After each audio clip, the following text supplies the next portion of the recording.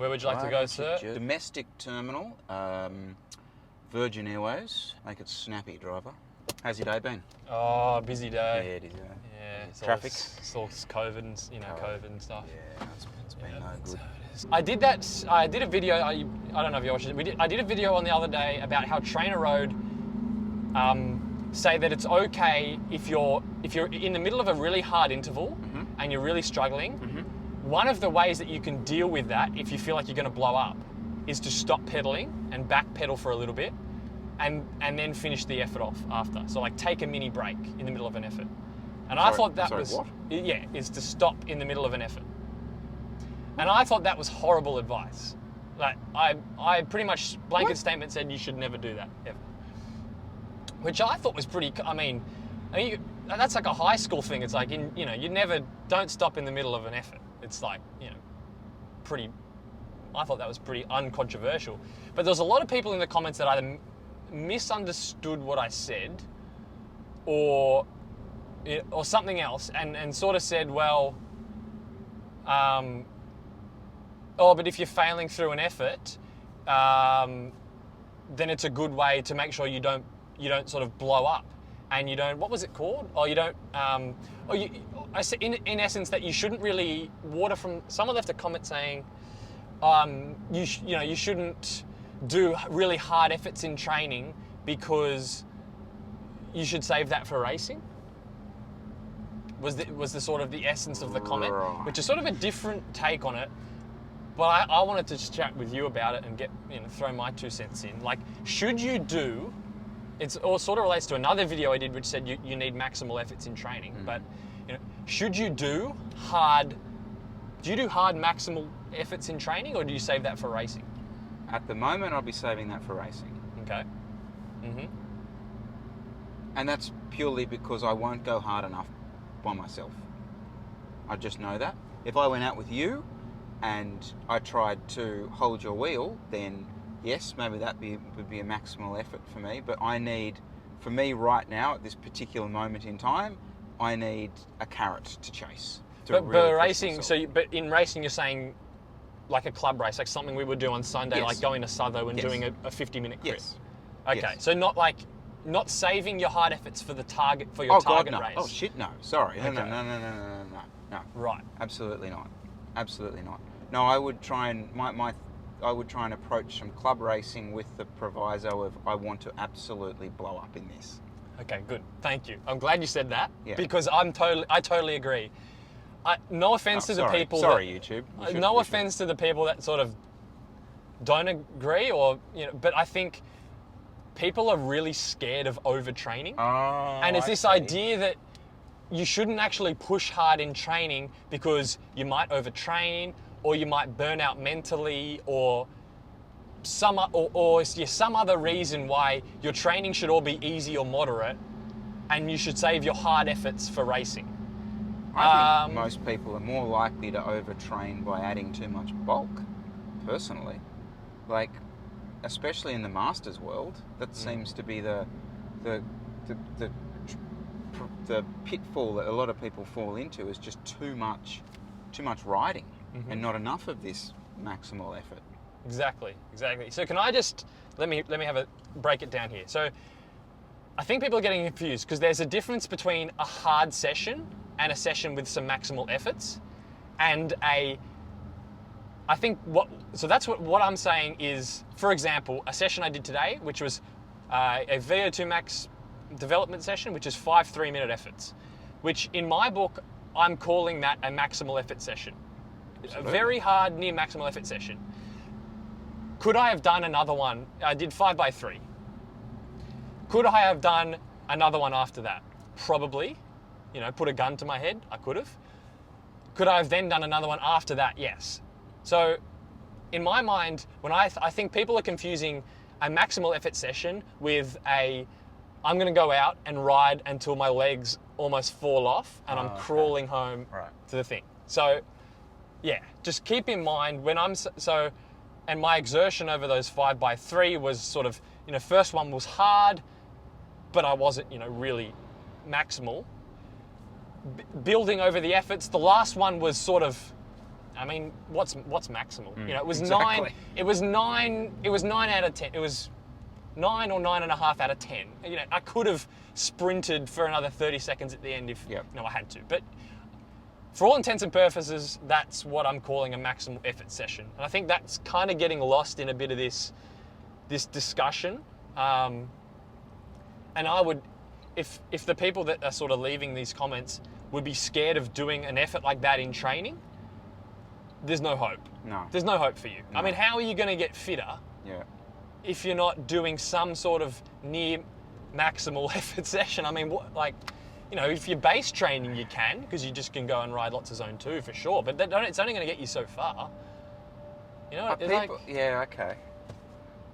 I hear what you're saying about people being scared of the overtraining aspect of it, but I wonder whether they're also afraid of what the power meter might say for those efforts.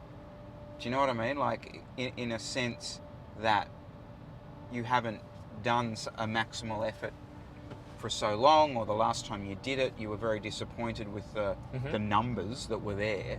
And maybe you then just go, well, I didn't like that because I didn't like the numbers, so I'm not going to do them. You know, I'm sure I've fallen into that trap before, of doing a VO2 session, thought it was incredibly hard, and then had a look at the power afterwards and went, oh crap, that was shit. And then didn't do the session the next week because I was like, well, that was so shit. Yeah. So I don't know whether it's potentially something that you try and turn off those metrics and try and go back to blood in the mouth, which is what I'm doing then by... You're just doing it in a race. Doing it in a race, yes. you know, because... Maybe I am afraid. Anyway, there you go. Yeah, but people would say, like, you shouldn't get that blood in your mouth in training. You should save that for racing. Like, you shouldn't even. It's not like. And I really disagree. I mean, that's how you get. Yeah. That's how you get fitter. Yeah. Now. And I think that's where people are getting confused, because they're kind of like, I'm saying a maximal effort. I think they're meaning, I'm saying go out for 5 hours and sprint up every hill, you know, until you have to catch the train home, which is not kind of what I'm saying when I talk about that sort of thing. So yeah. I mean, I'm sure people will still disagree and say you don't need to go hard in training, but I don't really know any good cyclist racing doing, you know, this type of racing we do. Ironman, triathlons and stuff, like super long distance, definitely. If you're just building up your power at fat max, and yeah, you don't need to go and do super intense stuff. But anyone doing crits or anything like we do, who's not doing who's not doing near maximal sessions? Like, it's just, you know, unless you've got racing on twice a week and you don't need to do it in training. Yeah. I wanted to get that off my chest. Afraid? Yeah, okay. That's interesting. Covered that. I always thought the Zwift world would, like, people would be overdoing that stuff, but that's interesting. Yeah, well, I mean, yeah. I mean, that's why some of the Zwift guys get really fucking fit, because they're just on there killing themselves, like multiple times per week. I had a stalk on some of the guys who demolished me at that Grand Fondo thing down in Nationals, and like 3/4 of those 9 guys that finished in front of me, or 8 guys that finished in front of me, 3/4 of their rides are indoors. You know, I probably do twice as many Ks as them, and they just demolished me. Yeah. Yep.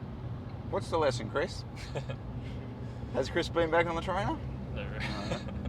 So we're just ticking off my rant list. No, I'm happy. I'm on board. We've got to do one of these on the bike. Anyway. Yeah. No, that's definitely to come. So I've got a little discussion thing that I want to talk about in terms of setting race tactics that will apply to everyone watching this video individually if you race. Okay. But I want to do it in the context of the team's tactics for Melbourne and Warrnambool coming up. In your mind, what have you thought about the team's tactics for tomorrow, for Melbourne and Warrnambool? Set there for those of you listening that don't know, it is the longest one-day race in Australia, 270 kilometres. Second longest in the world. Ooh, there we go. Second longest and it's like one of the longest running, isn't it? Yep. Consecutively. It's flat, pretty flat, like almost dead flat for most of it, couple of little rises, and prone to wind. So that's it. We've only got 6 riders starting because Chris has crashed and is still going through the concussion protocol. So we haven't chatted about the team's tactics or anything at all. What are your thoughts on it? So conditions look pretty benign at this stage. There is the potential once we hit the coast for a little bit of wind, but that's certainly not something to plan for in pre-match. The way I kind of look at it, our best chance of a result is a small group with multiple of Nero riders in it going to the finish. I can't see us winning big bunch kicks or anything like that. Having said that, I think we have certainly some of the fittest guys. I'm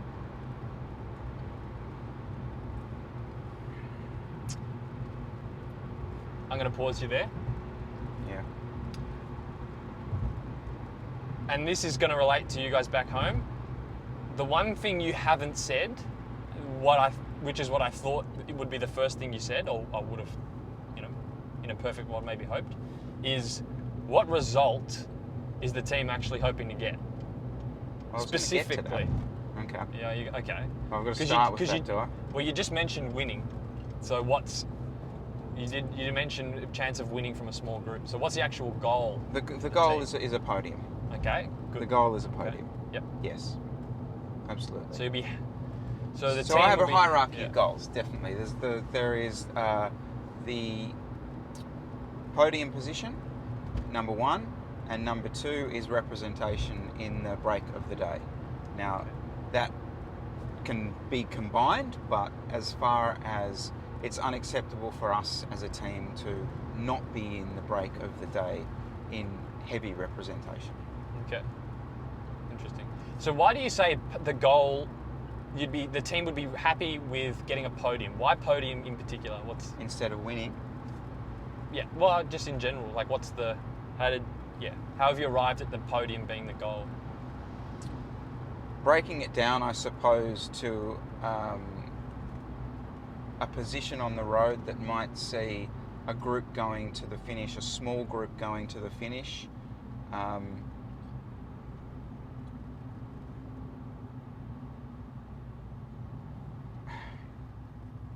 What I'm trying to say is that if there's a group going to the finish and there's potentially one other rider from another team in that particular group, I'm willing to hedge our bets beyond a 50-50 that we may not win from that group to secure a podium position. Awesome. Okay? Yep. Okay. All right. I think you nailed that. And that's the gist. That exact sentence is exactly what I want to kind of like then translate back to people's individual goals, because I do this all the time with riders I coach. I set them up. It's a bit of a trap. I kind of ask them, like, what's your race plan? What are your things? And very rarely does anyone actually say what their goal is. And if they do say what the goal is, it's not actually very specific. So what I kind of recommend people do, and what we do as a team before any race, is what result would we be happy with walking home from the race, driving home from the race. And in this case, for the team, it's a podium. We'd be very happy with a podium. There'd be other teams out there that will say we need to win, and if we don't win, we are not happy with the result. There are other teams out there who might be happy with a top 10. There are other teams out there who might not care about the result and just want to get in the break. Get someone in the break, that'd be really good. That's the team's goals. And that applies for you, if you race, it applies for you individually as well, setting those goals, because it literally changes how you race, 100%. Having those goals. 100%. So let's use the team for an example. Can I quickly just give an example of what happened at Gippsland? Yep. So our goal for stage 2 was to get a podium.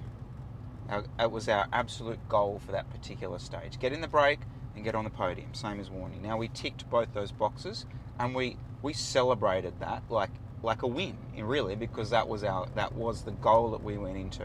In the criterium the next day, our goal was to raise our hands in victory. Full stop. We all said it. That was the goal of the crit. Now, Miles actually got the exact same result from the day before, but the mood was completely different afterwards because we all came away thinking, yeah, you know what, we didn't quite get our goal today. And it affected the way we raced in a positive way. We were far more aggressive, which was fantastic. But yeah, you're right. It changes your direction for sure. Mm-hmm. Yeah.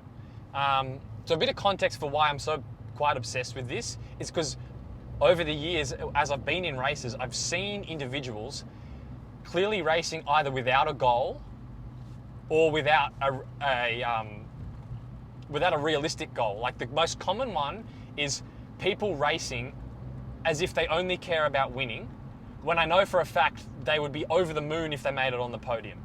Like, for example, you might be in a race, we're in a breakaway in an A-grade breakaway with a group of 5. One person attacks from the breakaway, and then I can literally see in the race, the person who I know would be stoked just to get on the podium is the one that then gets on the front and starts chasing that single rider breakaway down. And I'm like, what are you doing? Like, if I was them, I would be making me chase as someone who, you know, when I'm in a race, well, at least when I was fit, I'm the one who's going, I either want to win or I'm going to go home with my tail between my legs. Like, I would be making me do the chasing. The other person can sit in, risk that one person maybe going solo and taking the win, but then that person will have legs to sprint it out for a second or third. Yeah. But instead, they've blown themselves up chasing this one rider on the front. Now, either that's a tactical mistake, or they just haven't gone through the process of setting a race goal and then setting a race plan that gets you towards that. It's really, really important. And then, so yeah, for the team, like at Warney, the same thing applies. For example, like, we'd be looking at, okay, if this thing ends in a bunch sprint, what's the chance that we get on the podium? Well, you know, it's actually pretty good. Like, Miles is sprinting well at the moment. You saw that video on that reel the guys put up. The guy is just creating gaps like I've never seen.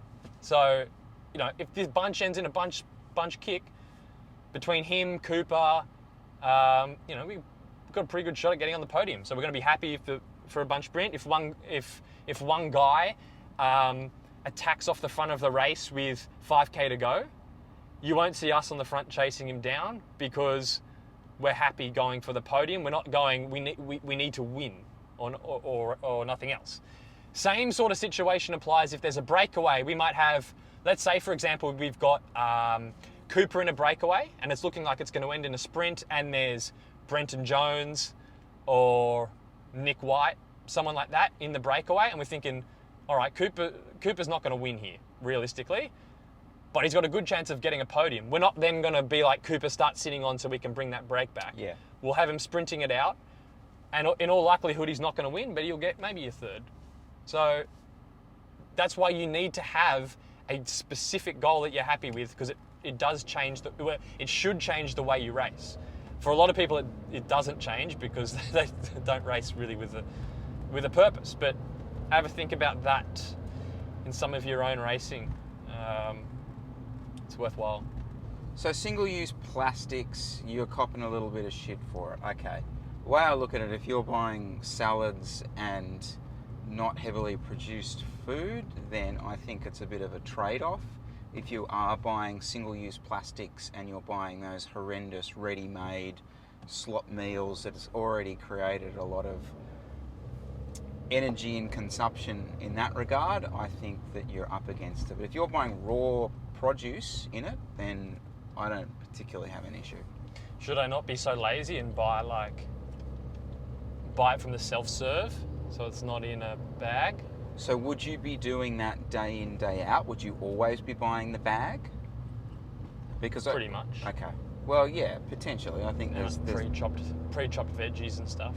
I think potentially while you're at home and you're in more of a structured kind of routine, then yeah, I think you can definitely do that. We dip out of that, like, definitely, but that was a means to an end for us down there. I kind of thought, like, we got away with that. The self-serve thing, though, can be a little bit of a... because you don't actually know how much you're putting in, and then you're not really sure how much you're buying, how much it's going to cost you. So, yeah. Yeah. What's your take on it? I don't know. I just... like, there's so many things that you could try to reduce to have less impact on the environment. And I feel like I already do a lot of them. So then when people like leave a comment about like, oh, you use so much plastic, it's like, you've got no context for my entire, like, you know, environmental footprint, if you'd like to say. Mm-hmm. And I just find it very... the people that leave the comments, I'd love to know who they are. I'm like, if you're like are they like monks? Like, I don't know how people do it. It's actually, of all the stuff I do, like not eating meat, I don't own a car, Not eating meat literally just is the greatest thing you could ever do for the environment. Like, yeah, it's pretty phenomenal. But I don't know how you'd get rid, like, I don't know how you would, I mean, yeah, no, to what extent are you reducing your single-use plastics? But it would be so freaking hard. I honestly, it's like, I just think that would be like the hardest thing ever to do.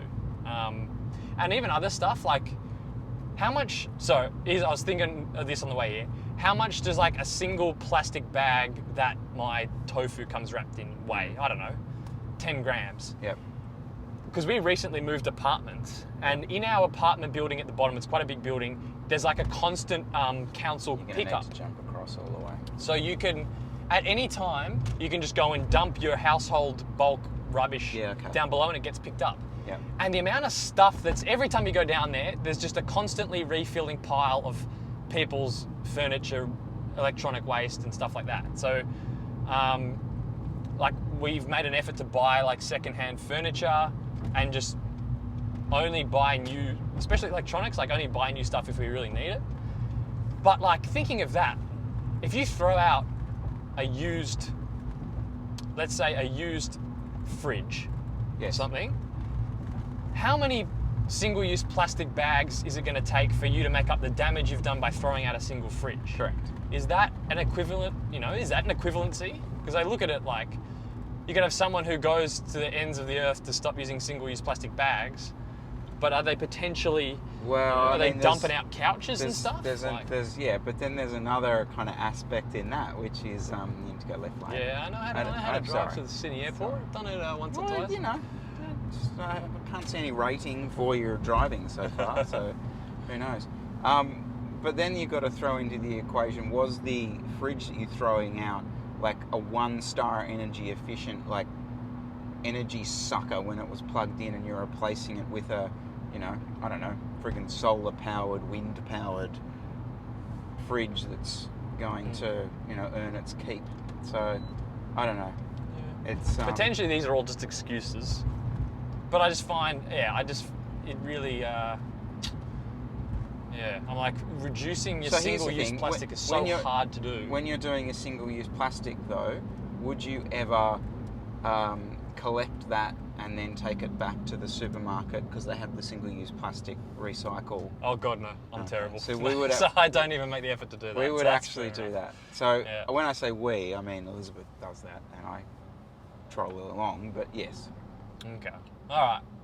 No, I get the comments. Like, I should do better, 100%. Yes. I should do better, yeah. Just dropped Chris off at the departures, so thanks, Chris, for that chat. I just wanted to carry on with this sort of race tactics, race expectations, race goal chat, and just tell a little bit of a story about how that applied to me a couple of years ago as someone who, slight brag, but I think it's relevant. Someone who was essentially winning almost every club race I entered from about 2017, 2018, and sort of a little bit of 2019. Pretty much every club race that I entered, I was going in and my goal was to win. Not only was my goal to win, but if I didn't win, I would be unhappy. Like I would go home angry if I didn't win. And I got a lot of results. Like even, I mean, if you followed my Strava, you would see like every weekend, Saturday hef run, Sunday some other crit, and I would be winning. And as good as that was, it ended up being really toxic because it totally took, racing almost became, in winning so much, it almost became a lose-lose because I would either win, in which case I wouldn't even really be happy. I would just be relieved that I didn't lose. And then obviously if I didn't win, I would then be really pissed off and sort of spend the rest of the day sulking around, rethinking the whole process through my head around what I should have done differently. And it was actually really not healthy at all. Because yeah, it doesn't matter what result I got. If I won, it was just neutral. And if I ended up not winning, it was totally a negative experience. So this is something I'm going to give Trainer Road a lot of credit for, because they actually talk about this a lot. And it's, as us cyclists who are not professional, we don't need to lock into one specific way of racing. And it's something I've learnt and started doing now. In the sense that for like 2 straight years there, my only goal was to win, essentially. It doesn't matter how I won, whatever. All I wanted to do was win. And it ended up sucking the fun out of racing. Whereas what Trainer Road say and I say, and I think is quite healthy, is that in bike racing, there's a lot of different things you can do to have fun, to enjoy racing and to get a lot out of it. So just as I've said there that when you're racing, you need to set a realistic goal and work really hard to achieve that goal, whether that's winning, podium, top 10, etc. Sometimes the pressure of putting yourself through that can actually ruin racing. So for me, that was because I only wanted to win. For you, maybe for a couple of years you've been racing and all you've wanted to do is, get top 5s, and you're kind of sick of doing that. And what you can then do is go and look at different ways of racing. So instead of just going and always being, what's the best result I can get from this race I'm entering with this field I'm up against, maybe go like, well, this race, instead of worrying about the result, I'm just going to do everything I can to try and force a breakaway. Even if you're in some sort of, I don't know, graded masters races where the breakaway never happens, set that as a goal and try and achieve that. Or maybe it's, if you're not really someone that sprints in the bunch, does the bunch sprints that often, set yourself a goal to really do nothing all race and wait until stay in the bunch. Even if a breakaway goes, just stay in the bunch and see what result you can get from the in the bunch sprint, and have a go at that and practice that. And you can practice that for weeks and months and have that as a focus in some of your training and racing. Other things you can do along a similar vein is like working with teammates. So for me now, a really fun part of racing is going to a race with teammates there and doing everything I can to either get them in the move or set them up to get a result. I find is really an enjoyable way to still have a goal, but firstly doesn't have all the pressure on myself, and secondly is just something different from the tactics that I've just spent years sort of working on to win in scratch races. So keep that in mind. It's something Trainer Road have been going on about for a long time. I think it is a really good point. As club level cyclists, we don't need to just, our strengths aren't necessarily, we're not that good at our strengths, essentially, Just as you can be, if you're a B grader, go and work on your sprint for a few months, do some sprint specific training and have a go at winning some bunch sprints in your grade. Like, why? Everyone is pretty much able to do that. You don't need to be a massively talented sprinter to still have that be a focus in your training. I think it's definitely worthwhile doing and considering. Like, obviously getting good results is probably the first thing you're going to want to do, especially if you're still progressing. Like, you want to get those podiums and get the wins and stuff. But if you feel like you're starting to get a bit bored with that, or it's just not vibing with you, like it's not motivating for you, don't be scared to try something different tactically. And also, then possibly even incorporate that in your training. I think it's really worthwhile. So just a little story there about the sort of the dark side of always being super goal focused, and goal focused tactics wise as well. It's fun, but there is a downside to it over time. So I think I'll end this video there, guys. Thanks for listening and watching if you had the video up, and I'll catch you in the next one.